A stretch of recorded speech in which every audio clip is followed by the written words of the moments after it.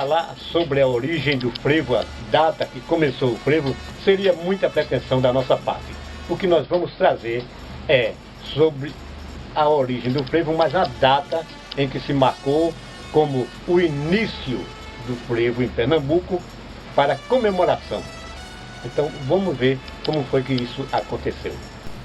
A data base para as comemorações do início do frevo em Pernambuco se deu com base em uma pesquisa realizada por Evandro Rabelo em um jornal, o Jornal Pequeno, que tinha um suplemento sobre carnaval muito bom e que trazia reportagem sobre o clube Empalhadores do Feitosa do bairro do Hipódromo.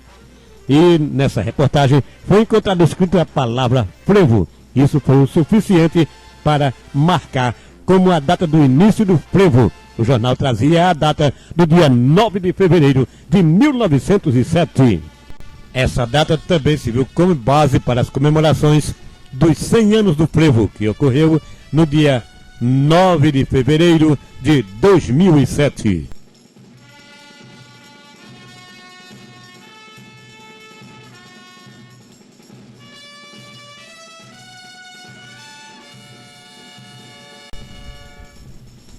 A origem da palavra frevo, ela vem de frevura, que era assim que as pessoas falavam. A água está frevendo, o feijão já freveu, está já na hora do almoço.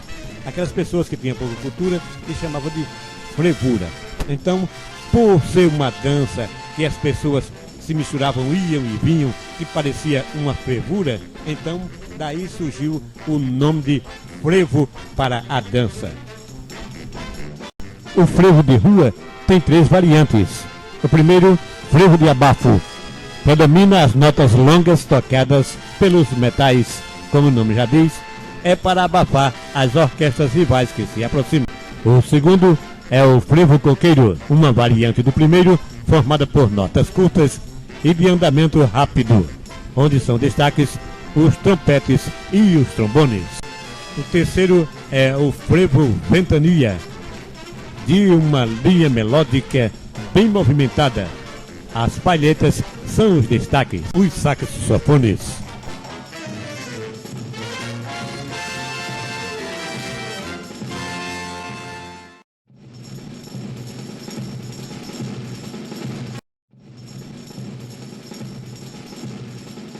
O frevo foi criado pelos capoeiras que saíam protegendo as orquestras quando saíam às ruas.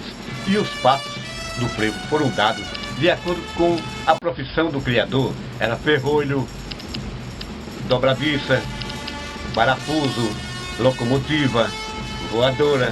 Então, cada um tinha um nome. Mas segundo a pesquisadora da Fundação Joaquim Nabuco, Cláudia Rocha Lima, hoje são incontáveis o número de passos de acordo com a evolução desses passos e suas variantes. Já o ritmo do frevo, ele foi uma miscigenação da polca, de origem russa, do machixe, que é a dança latina, e dos dobrados militares. Assim surgiu o ritmo do frevo pernambucano. Quanto à sombrinha no frevo, hoje ela é acessório indispensável para se dançar o frevo e não passa de 50 centímetros. Vamos ver como foi essa evolução do guarda-chuva para a sombrinha. Os capoeiras que gostavam muito das bandas de músicas, eles saíam à frente das bandas, fazendo evoluções, protegendo os músicos no meio da multidão. Para isso eles usavam um guarda-chuva, mas guarda-chuvas em tamanho grande. Daí foi diminuindo de tamanho até se tornar as sombrinhas, que hoje é acessório indispensável para se brincar, o frevo para se dançar, o frevo nas ruas e nos clubes.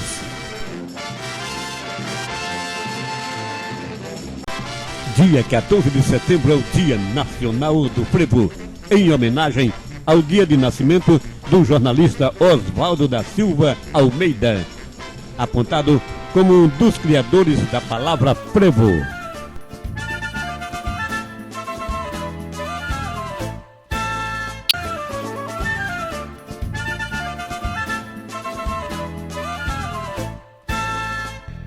Blocos líricos ou blocos da saudade surgiram no Recife no encontro dos saudosistas seresteiros e nas jornadas dos pastorios que acontecia no final do ano até o dia 6 de janeiro, dia de Reis, quando acontecia a queima da lapinha. Você pode observar nas canções dos blocos líricos que tem uma semelhança com as jornadas dos pastoris, as melodias das jornadas de pastoris. Assim, são os blocos líricos revivendo os saudosos carnavais. Um outro ponto também para a criação dos blocos líricos era que a classe operária, a classe proletária brincava nas ruas, a classe rica brincava nos clubes e a classe média precisava e queria também brincar o carnaval nas ruas.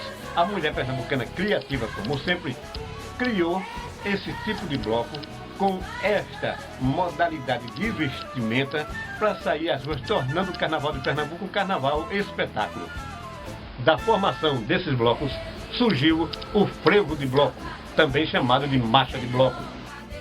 Observe a beleza de interpretação de um dos frevos de bloco, a evocação número 1 do maestro Nelson Ferreira com o coral do Bloco da Saudade.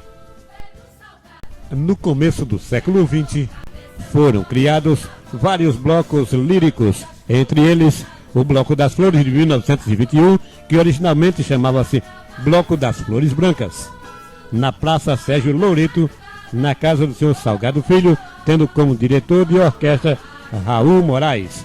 Esse bloco, 2 anos depois, ficou só como Bloco das Flores, um dos mais famosos e que foi recriado no ano 2000 por um grupo de foliões. Entre os blocos tradicionais, alguns deles ainda em atividade: Flor da Lira de 1920, Flor da Magnólia 1924, Madeiras do Rosarinho de 1926, Após-Fum de 1929, Banhistas do Pina e Batutas de São José de 1932, entre outros.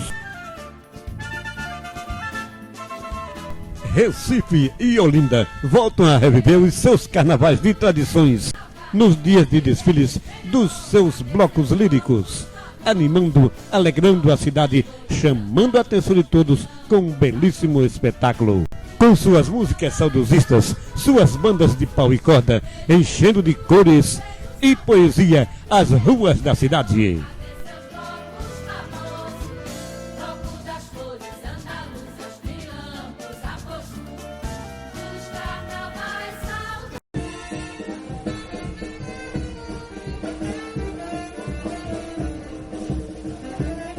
O frevo canção também teve início no começo do século XX, com a necessidade que tinha a sociedade rica, a classe nobre da época, ter aquele ritmo dançante, quente, que tomava conta das ruas do Recife, nos salões dos clubes.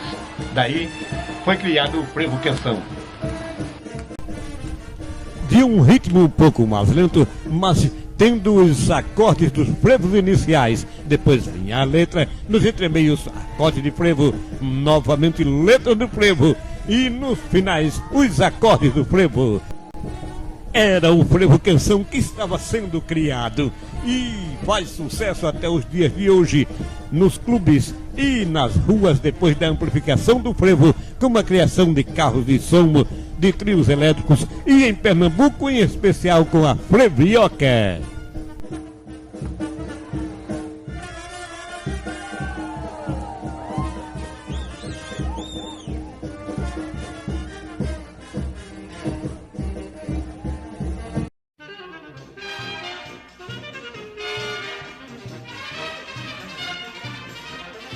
Por que uma indústria fonográfica entra na história do frevo?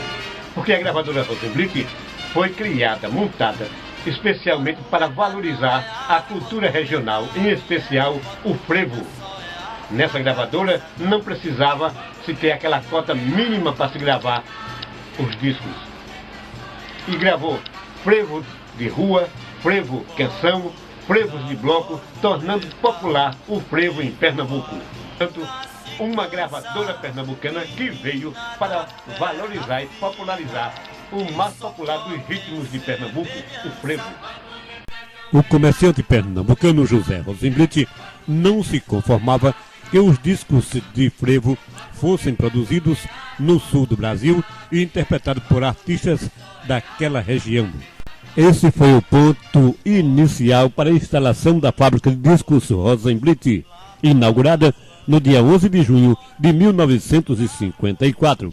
A fábrica se dedicava a gravar frevos de rua, frevos de bloco, frevos canções.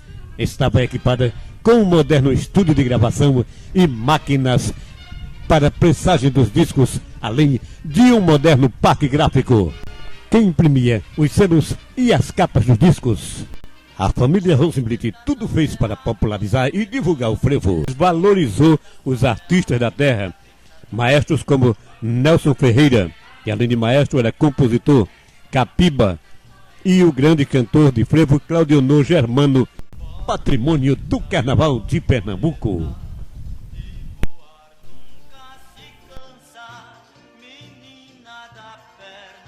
A gravadora Rosenblit, ao longo de sua existência, de 1954 a 1984, gravou centenas de discos de frevo, dando destaque a maestros, músicos, compositores. Por isso, com o apoio e empenho do povo pernambucano, o frevo é destaque não só no Brasil, mas também no mundo, e merece ter não uma casa, mas um prédio inteiro com 4 andares, valorizando a nossa cultura, dando destaque ao nosso frevo, contando a história do Carnaval de Pernambuco e a cultura popular. Por isso, onde estiver um pernambucano, em qualquer parte do Brasil e do mundo, o frevo estará presente.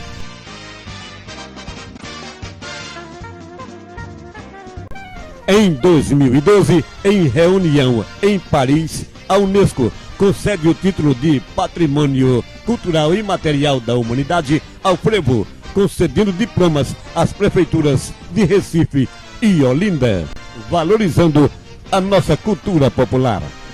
Com esse nosso trabalho, procuramos render nossas homenagens a quem procura preservar a cultura pernambucana e divulgar o frevo, não importando que sejam conhecidos ou anônimos.